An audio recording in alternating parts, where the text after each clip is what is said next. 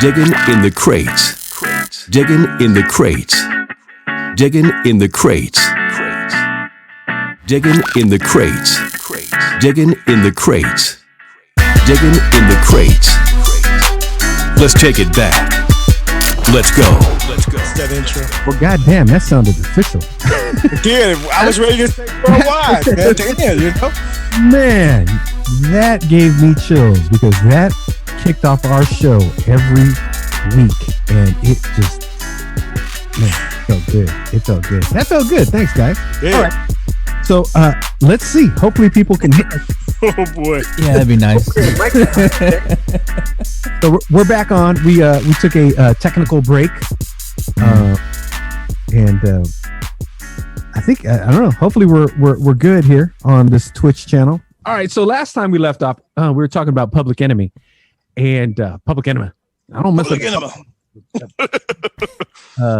Shout out to John, the late great John Witherspoon, Public Enemy. It was good we got to meet him. Oh man, was he was the sweetest, kindest guy. Took time to take pictures with everybody. Right. And he was just so down to earth, and he just kicked it. Like in the studio, he just kicked it. And one thing I really enjoyed about him was, you know how when these celebrities become huge and they known for a certain catchphrase, and then they don't want to do it no more. Like, no, I don't do that no more. He was always down to do everything that he was known for from Friday. So I really appreciated that. Did you get a bunch of that stuff on tape? I did. Naki, I got it. He's got some great stuff. He's got Reverend Jesse Jackson was in there. Yep. All Digging in the Crate stuff, man. What Reverend Al Sharpton was in there as well. We had some really good people that went in there and sat with you, Naki. Yep. And man, we got to dig in those crates. Dig in some of Naki's crates. I have plenty. So we were talking about Public Enemy and how impactful and how much they spoke to a generation. And you know what? I don't really feel that right now with any particular group or artist that really was part of a movement, because that felt like, you know, Black awareness and it just bringing, and I don't know where it went. It just kind of veered away. Like somehow the big companies were able to shut that down. Right. But I remember, man, everyone moving away from the big glitzy dookie ropes and all of a sudden wearing, you know, black medallions and clocks, beads and all that. Yeah. Right. So you're moving away from the materialistic stuff. And that was the imaging that was going along with the music at the time. Mm-hmm. And somehow, some way, this big machine changed it up again. There were some lanes, though. Remember, there was some definitive lanes in hip hop, R&B. The New Jack Swing sound was coming out there too, and it really was getting fragmented and splintered. And I guess, you know, the big machines behind these artists were saying, "Hey, you need to do a little more shiny suit stuff if you really want to get those record sales." You want to have that. You want to have that video, you know, pop on Yo MTV Raps or MTV in general. It's got to look like this. It's got to be X, Y, and Z. Right. And I think everyone was kind of trying to find their way. But it was interesting to me because I could listen to Public Enemy and NWA at the exact same time and not be bothered by, you know, or not have it influence me so much that I would choose one over the other. You know what I mean? I could listen to NWA and I could listen to Public Enemy. Right. As soon as I flipped that tape over about 4 times, it came out, and then in went to NWA or the Eazy-E. So I was getting both of those worlds at the same time, and it felt good. You know, that music felt good. When I first heard Public Enemy's music, it just made me want to do something. You know what I'm saying? Like, you know, when you look at those type of artists, they put their artistry and their career on the line to deliver a message. Every single time. That was right. Every single line in those, especially the early songs, were right. You know, and you got to imagine these are guys in their 20s, college students, navigating, you know, life. You're when you're that young, you're able to absorb and experience so many different things. And I think it's easier to express them because you don't have a lot to lose by saying something that might rub people the wrong way. When you're younger, you can be more brash, and I just think that they were able to tell a story that somebody, an established artist, would be like, ooh, your record label's controlling you a little more. Your narrative is getting controlled a little more by record sales. Because listen, when you're broke, you don't care. You're like, I don't care. I'm broke. You can't hurt me any more than I already am, unless you're gonna put me in jail. But you're not putting me in jail for music. So Arrested Development's first album was full of gems, man. Just things that Mr. Wendell, I used to love Mr. Wendell. Yeah, Mr. Wendell was good. Things that were going on in the black community, and you have to have that type of time to set aside so that you can reflect and let your thoughts flow. You know what I'm saying? Because it can't be all kicking it, partying, drugs, and women and men all the time. It's got to be some time where you just you sound crazy. Of course it could. You lost your mind. What do you mean you can't just drugs and women? What, Naki? I don't know. I think we might have to end this show on that note. Right. We got to change it up. But also, I think an artist told a complete story with an album, right? There was a intro. Typically, there would be an introduction on an album, or there was some thought to it. There was, we have track 1, track 2, track 3, track 4 in the album. And maybe not in any particular order, but the album usually reflected what that artist was going through or feeling at that time, or something that inspired that artist to make it to the album. Now I think that music is so that instant gratification, the just dropping it as you make it. Like it's hot. Yeah. There's just hold on a second. Let me go. Have you seen that TikTok? Which one? The one that used that Nelly. No. Oh yeah. Hey, I made a post about that. Because I was saying how if your girl hears that on your phone, she's gonna side eye you because she know what's about to happen. Oh, I saw you post that. Yeah. Yeah, you ain't supposed to be looking at that around her. In fact, I talked about that on the radio this morning. And I was like, ooh, should I have even mentioned that on the radio today, that I've watched 100 of those? I mean, it's you can't help it. It's kind of they're very addictive. They're very addictive. That's for sure. And one person said you have to have that one earbud action. Well, it's amazing that, all of the vehicles that young artists have now to get their music out there, and there weren't these before, right? You either got on the radio or you didn't. And there's so many artists because, when we go digging in the crates at these record stores, you go, oh, God, look at that it's produced by X, Y, and Z. And that producer is solid, but I don't know this record. And you put it on, you're like, this song would have been a hit, but it's just about if that record company had the money to put behind it, or if they wanted to get behind it. Did they have some contract negotiations that they were dealing with? So as a crate digger, we run into that all the time. When you find an album and you just wonder, why didn't that song blow up? That's such a great song, but it's good for us. We get that record for 99 cents. Right. And you can remember the days when an album was 7 songs, man. You had 4 on side A and 3 on side B, and sometimes an extended mix or a couple remixes here and there. It was bonus. They were called the bonus track.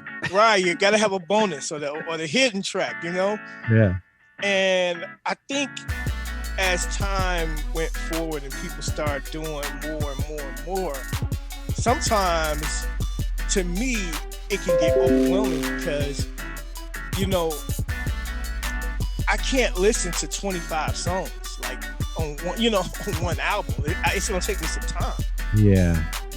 Well, I mean, especially what happens, I think, especially with new artists, the difficulty is there's no dynamic in it. It sounds, every track is either sped up by like, 4 beats per minute one way or 4 beats per minute the other way.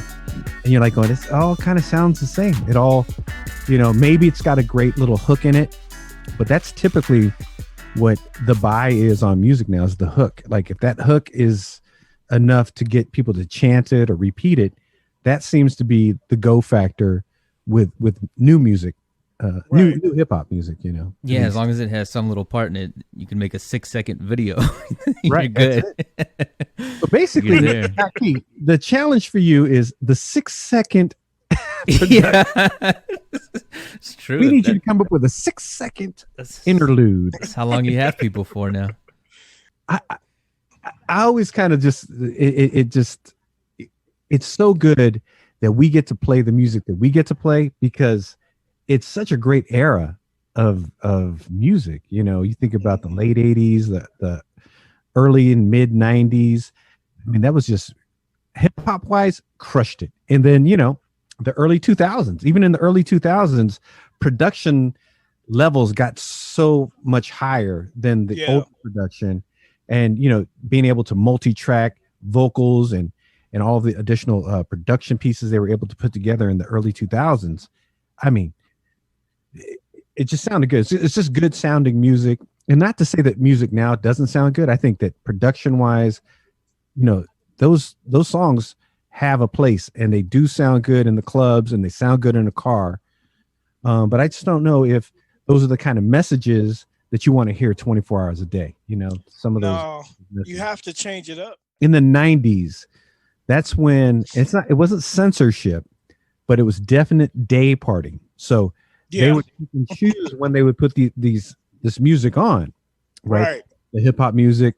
If you're playing in a top 40 station, it typically went on at 6 o'clock to 7 o'clock at night. And in the overnight hours, you would hear some of these hip hop songs, and especially if they had, you couldn't say, "I'm going to smoke some weed" in a song. Remember, if you said smoke weed, right?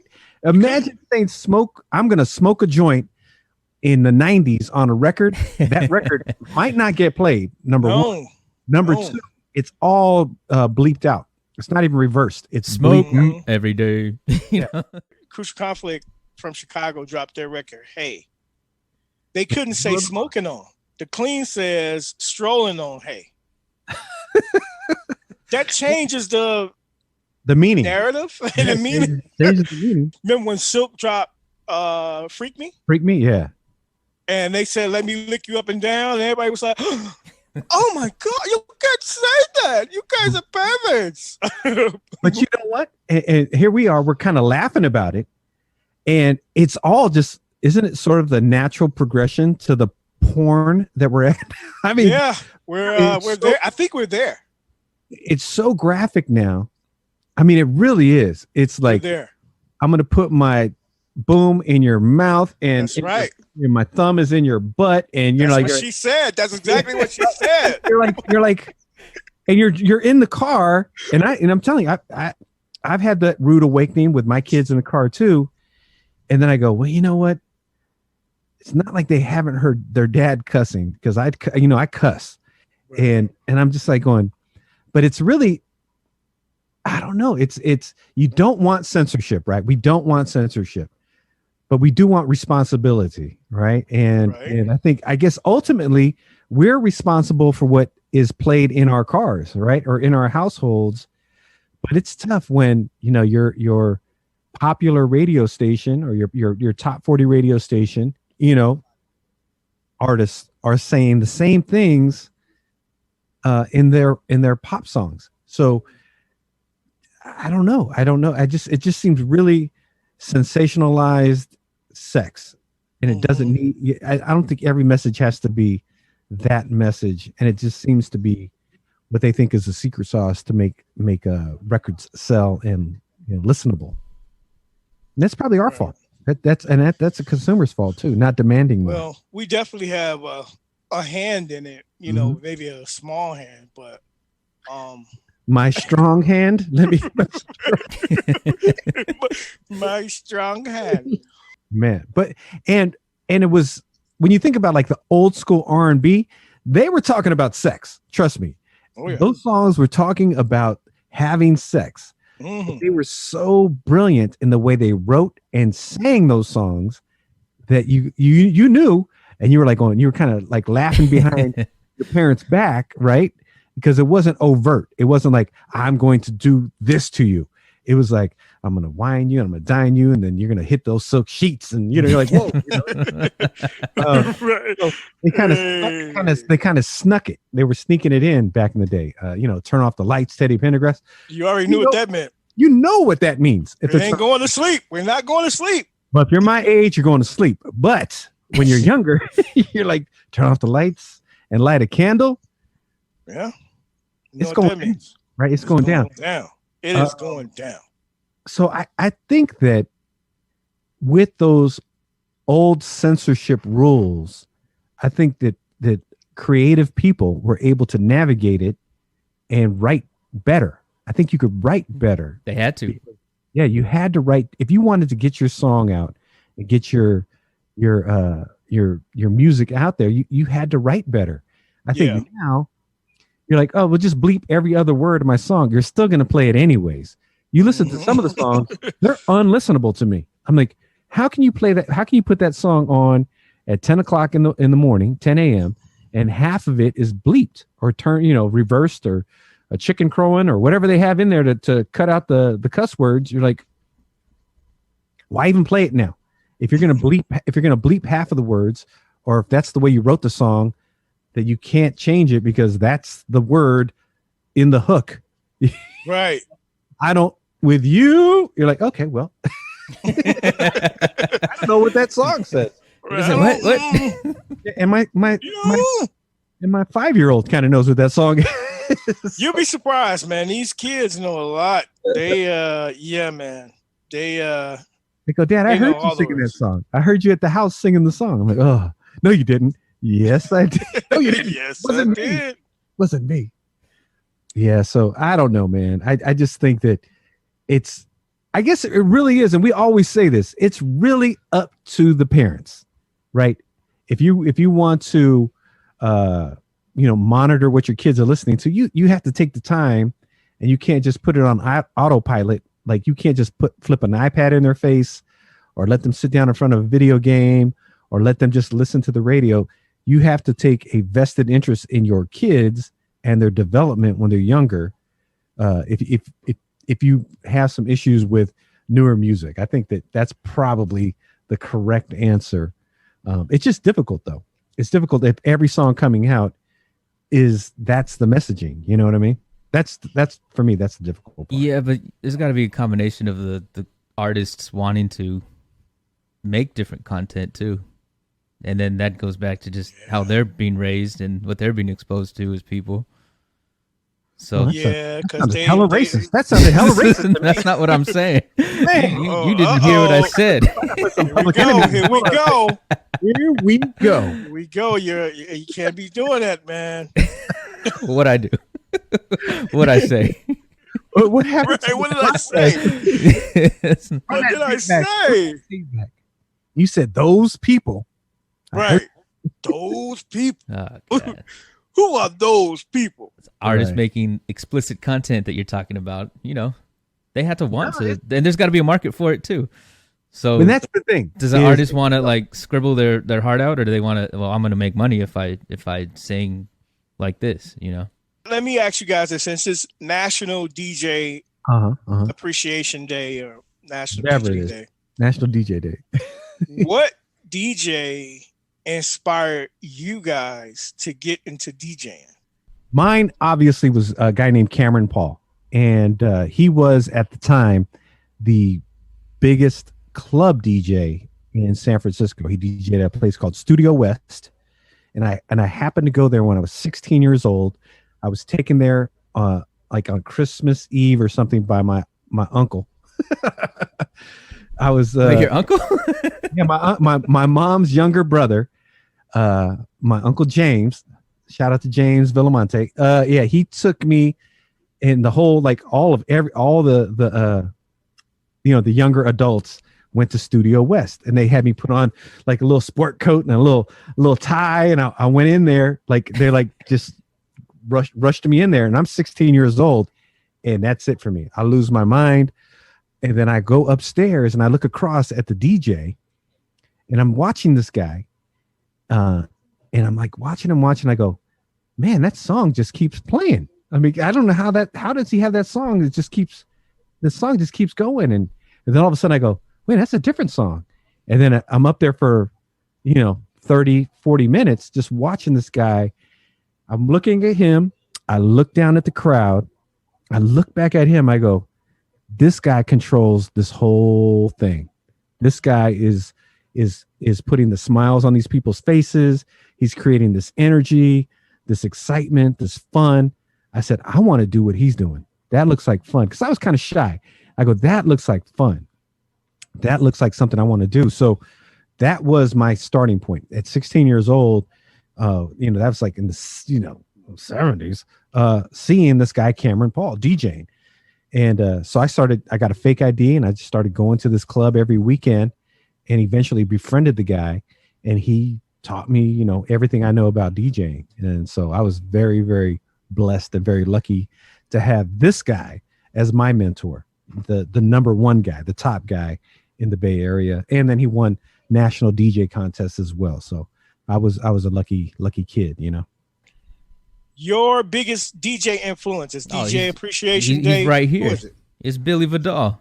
Hey, oh, come on. Billy, that's man. awesome. I'm blushing. I'm blushing. Look at the tears. Oh, look at the tears. Yeah, man. My earliest memory of being interested in like playing with music though was probably junior year of high school. I remember I had this friend Ron, and we were like in a Radio Shack looking at turntables. But to me, it was the spot. It was always unaccessible. I didn't have a job yet, and it was like that's never gonna happen. So I used to always brush it off. But what I did do in high school is used to sell burned CDs and walk around the hallways, like make mixtapes and do stuff like that. Do it. Got a burner, get bootleg the bootlegs, like make mixes for people. And then I used to play around on the computer. I was like, well, I have a computer. What can I do? And I used to chop up sound bites from songs and kind of, create kind of stories or make it sound like it's saying something with different things. So then I meet Billy, and this guy's like, club king of San Francisco, like king get carried out of his nightclub when I turned 21, King. And then just just hanging out, and started out just seeing how it's done. And I can relate to how he said shy, but for me, my shyness is I would much rather keep busy when I'm around people. I mean, look at me now. I'm, just playing background stuff for us, but I would much rather like stay busy. I can't just stand there. I'm not very good at sitting still. So I tried it out. He put me in the garage, said, here, do this. He left, and he was like, came back, was like, okay, cool. And the best was when I started learning, oh, you want to switch a song? Yeah, sure, okay. So I would switch it, and then he would leave. Now you sitting there holding the bag. Like, so Billy's gone for like 20 minutes. He's like, what am I gonna do? I remember I would come back, and I would just beads of sweat all over his face. He's like this. Take him, please. Oh my goodness, man. So yeah, take the headphones. That's how it was. To the car. But that's how you learn. That's how you learn. Really. Yeah, that was really what pushed it. Was that Naki? Who was yours? There was a guy. May he rest in peace. There was a station here called 106 Jams. It was the only station in Chicago that had that played hip hop. They played local artists, everything. So this guy, his name was Pink House. He was the guy that you go to if you wanted to get your record on the radio, if you was a local artist. So he was responsible for pushing. I don't know about that. I don't think so. I think he was more. I think he was more. He was more of about big up in the city, and getting the city, viewed as an equal when you look at East Coast and West Coast. There was no Midwest hip hop at the time that was like on the national radar. It was bubbling. It was coming. So he would do these in-stores at this place called George's Music Room. And my friends and I would definitely take the bus all the way up to George's Music Room to go to these in-stores to meet these artists and meet him. And, we were too young to get into clubs, but, we knew about what he did on the radio because he would talk about it and we would tune in every night. And so I got to meet him a few times when I was in high school, and he eventually, he passed away my senior year. So the guy Pink House was the one that inspired me to become a DJ. And his movement was huge, man. He was responsible for so many artists. And so that's my guy, Pink House. Yeah, I was lucky. Like I said, I got to learn from one of the best. And but what I was also able to do is I was also able to facilitate. I've always been a good coach. Like with judo, I'm good coaching. And when I played football, I was able to like tell guys, how to get into their positions. So I was always kind of good at coaching, and I was also pretty good at spotting talent. And when I became vice president of promotions for big nightclubs in San Francisco, I was able to recognize some talent and put a lot of DJs on that normally wouldn't have got to spin in this big, massive venues. So I've been blessed, to be on both sides where, somebody trusted in me as a DJ to let me go out there and make mistakes and play. Right. And I was able to like reciprocate that. And I have put like I don't even know how many, lots of DJs on during the course of my DJ and nightclub career and radio career. And I think that probably is the best feeling. Of course you love playing, you love being a DJ, you love playing for your crowds, but you also love to get acknowledged by other DJs and say, hey man, you know what? Thank you. You let me find a passion. You let me create a livelihood where I probably wouldn't have had one. And so that's really cool to me, is like having that come back around and someone saying, hey, thank you very much, man. You were actually the guy who put me on. Hey, thank you very much, man. You're the guy who put me on. Oh, you're welcome. Love it. I was just actually telling somebody about, I said, living in the Bay Area, I got a chance to listen to a lot of DJs, and I put my top DJs from when I was out there that I saw live. Of course, Billy, you were in there. Thank you, sir. Yeah. Mike, you're in there. I could give it to you. Well, thank you. Aaron the Era. Aaron is dope. Oh, dude. He's dope. And Paz Red, man. Paz Red's a beat. Paz Red. Oh, Paz Red is just so like dope. And Paz Red is probably one of the best DJs in the Bay Area. Yes. Definitely does not get his just due. He doesn't. And I don't know what the reasoning is behind that, but Paz Red can rock a crowd from beginning to end. Yep. And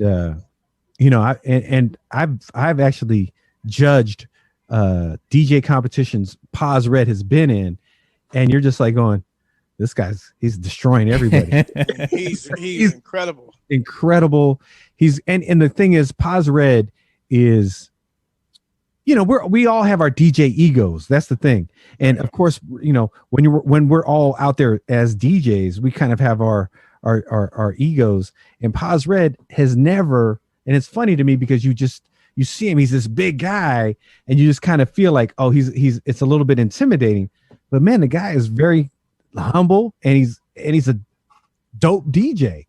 So it's surprising to me that Paz Red, for whatever reason, isn't like a better known DJ. He's a great DJ, so you can't take that away from him. He's a great DJ.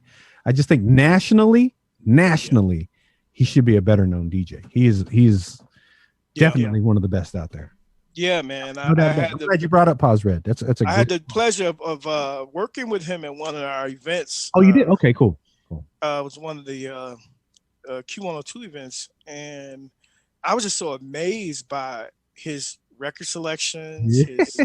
Paz got it, man. I mean, he was just like beasting it. And I was like, yo, you know who else I forgot that I wanted to put in there too? Fuse. Oh, DJ Fuse. Oh, DJ Fuse. Well, and listen, ask DJ Fuse who put DJ Fuse on. I'm sure he knows. I'm sure you did. Of course, but yeah, Fuse is dope, man. I put Fuse on. Fuse is definitely dope. Shout out to DJ. Hold on, he's in the chat room.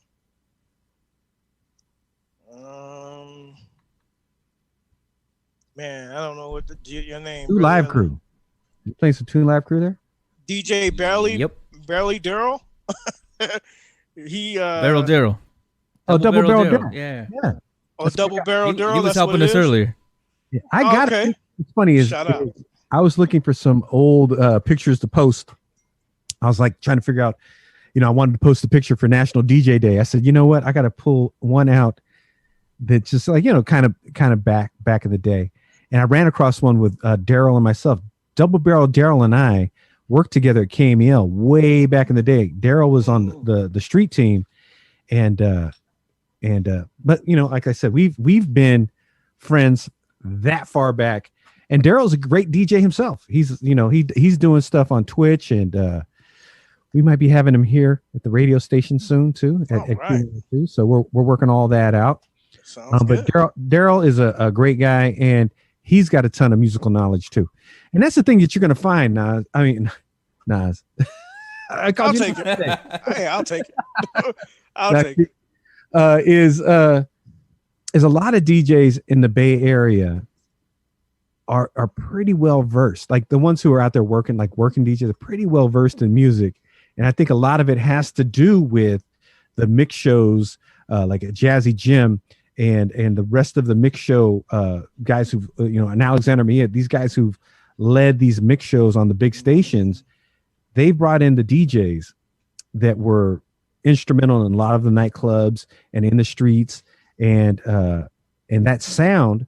There's just like this great foundation of music coming from the Bay Area, because they really do know their music history. If you got to that another level, what the foundation songs were that moved music brands to a certain place, and you were able to put it together and put it in a mix show.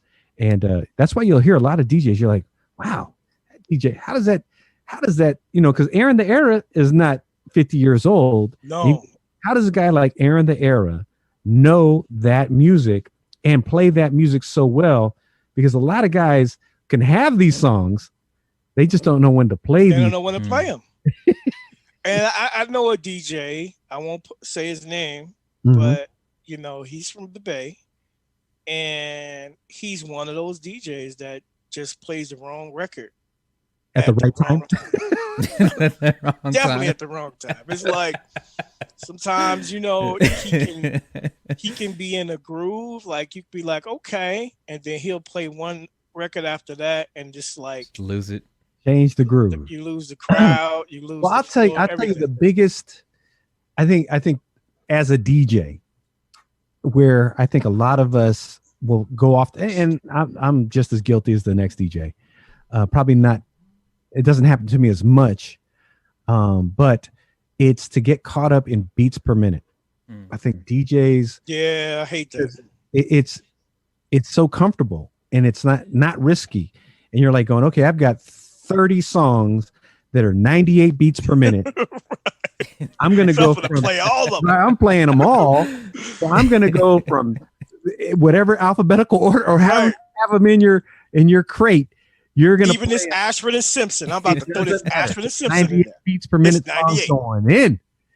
And I think that I got this advice and I forgot which DJ gave it to me, but it was a big DJ back in the day. He's like, man, I don't let beats per minute dictate what I'm doing at any particular time of the night. It shouldn't. You have to know the music. That's how you know how to work the crowd. Right. Knowing the music and knowing the records you gonna get the most response, the records that you're gonna get an ultra response. It's just knowing the music. And I think that's probably outside of knowing technique as far as, you know, blending and things like that. I think knowing the music is one of the most important attributes. You have to have that. Right. Well, I just know as a club DJ, it used to be, if you were lucky, you had an opening DJ. You had a guy that started, warmed the crowd up as people were coming into the club. Then you got to come on and then carry the load, and then maybe got to leave a half an hour early. So you let that guy stick around, say, okay, close it out for me. You take the last half an hour with slow songs. Before, when you were a club DJ, you spun for 4 hours minimum. You were spinning for 4 hours. Yep. So you had to learn how to make your music work for you, where you were taking you had these peaks and valleys, right? You were taking them up and down, and you know, you always wanted kind of at midnight, hit them with the best songs at midnight. Well, you know, what happens is you get caught into like little DJ sets and you get predictable. Yep. And basically was what this DJ was telling me was like, don't be so predictable. Don't come in at midnight. And every time at midnight, when I show up, you're playing that song because you're so used to wanting to get that reaction. Yep. You need to like change it up. You need to like surprise people every once in a while. So that's what made me expand my library, like expand what I was playing, you know? Oh, I forgot. I wanted to tell you, we did a party out in the Bay one time, and it was I forgot. I think I know what it was. You were double booked. Oh, so remember, you had me. Oh, yeah, no, I remember you had to spin at the. I was right, and I was spinning mezzanine. with Aaron. You know, they closed mezzanine down. They did? Yeah, man, it was a great day to close it down. Damn. Yeah, I had to spin with Aaron, right? And so it was a guy that was on before us. I don't know who he is or whatever. He was just doing his thing. So me and Aaron was like, all right. So he was like, so you want to go first? I was like, yeah, I'll go ahead and knock it out. And so dude did his thing. It was cool. It was all right. So when I got up there, I started playing like nothing that he played, because see, I think he was trying to play all the hits or whatever. You know, I mean, because he's trying to do you in. He knew we were coming. He knew we were coming. Do you in? Yep. So I totally went different on the set, and I went into like some Dipset, you know, some Jay-Z, you know, just went totally left from what he was doing. Still kept it in the 90s, same vein, 2000 era. And when I got done, you know what he said to me? He was like, damn, man. He was like, damn, man, I didn't know I could play all. How you get to play all that? I didn't know I could play that. I could have played that. I was like, I'm not going to play what you just played. Right. I'm going to do something different. So he was kind of salty because we got a better reaction, of course, on the wave that we went, and versus what he was doing. Well, you know what's funny is when you talk about, like, there used to be a level of, I guess, respect for the headliner as a DJ. You got to. You had to say, listen, I'm going to steer clear. I'm gonna do my thing.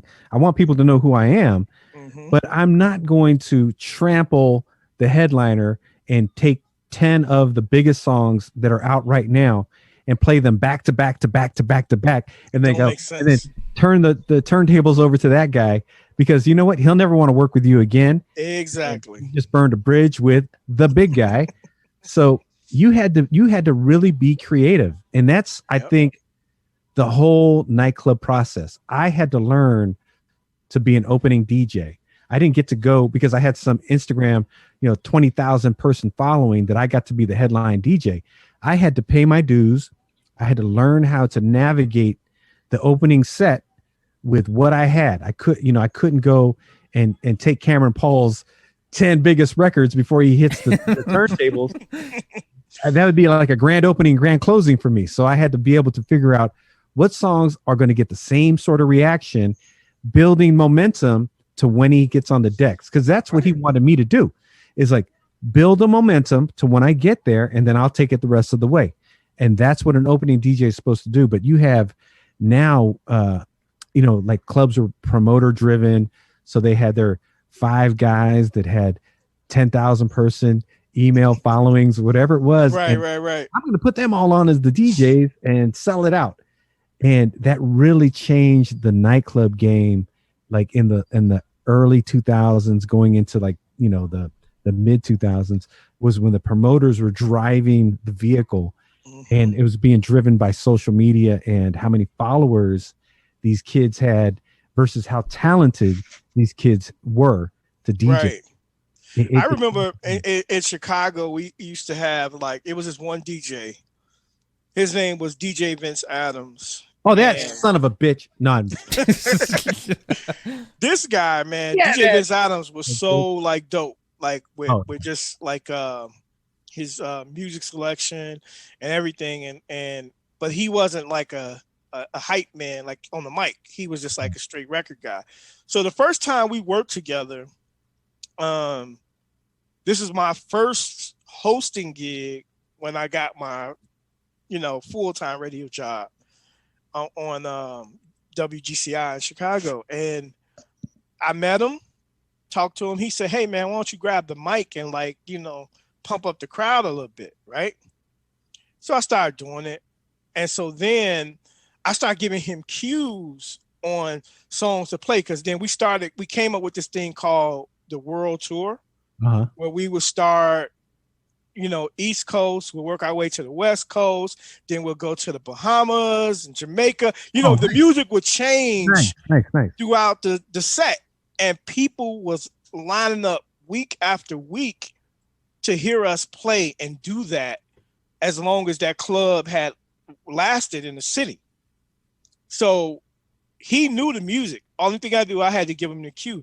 Let's take it out west. So let's take it to the East Coast. So let's take it to the islands. And, he'll play that. But when you look back on stuff like that, you have more of an appreciation for the DJ that knows the music and knows how to deliver it versus the guy that rides the BPMs all day. Oh, yeah. And the guy just he goes, what's the top 10 songs that are out right now? And then plays those top 10 songs. You're like, that's not exciting at all. You're not telling the story. You're not moving me at all. I mean, I could just go sat in my car before I came into the club. Right. But it's a great way to kind of wrap this up, is paying homage to that the DJ, the guy who's probably struggling right now. I got to imagine that most DJs aren't able to do what they want to do. And, I know that a lot of guys are starting their Twitch channels like us, but mixing in Twitch, and, that's still, you get a response, but it's not the same energy you get, right? When you're DJing in front of a crowd, right? DJing live, all those endorphins that are in the room, you put on a song that moves them, you get chills. You're like, that's what we as DJs do. And that's what we love to do. And a lot of the guys right now aren't able to do that. So it is National DJ Day. And I just want to say thank you to all that you DJs do out there, and how you present yourself and how you present this music. I appreciate you. Happy National DJ Day from one of the oldest DJs on the set. You have to respect the culture and respect the DJ, because a lot of things don't move without the DJ. I mean, regardless of the way streaming is and, the way things are, if the record doesn't hit the DJs first, chances are the record may not pop. Trust the process. Trust it. How about you, Michael? What's up? You want to shout anything out, or you want to just say bye? No, just bye. See you guys. No, I guess National DJ Day. Thank you guys for mentoring me, and man, yeah, I miss that rush of being in a crowd, room full of people. As much as we I know Billy and I talk about the place we used to DJ down in that basement, and oh my God, it's so hot down here, but it's a lot of fun too. Like, I used to love that spot. Yeah, man. That was cool. I used to love that. That was fun. And shout out to the guys at Barbarossa. Yeah. Oh, man, Shout out to the guys at Retro Junkie. Yeah. Hopefully you guys will be back online. And then all the other clubs that are around the Bay Area and in Chicago too. Hopefully we can get this vaccine out to everybody and resume normal life. Normal life, not the new normal life. Hopefully we resume normal life again and get back out there, enjoy music the way it's supposed to be enjoyed, with live performances, right? And recorded in nightclubs on records and everything else. Hopefully that's coming soon. But yeah, shout out to the DJ. Happy National DJ Day. All right. Love you. All right, you guys. See you guys till next time. Till next time.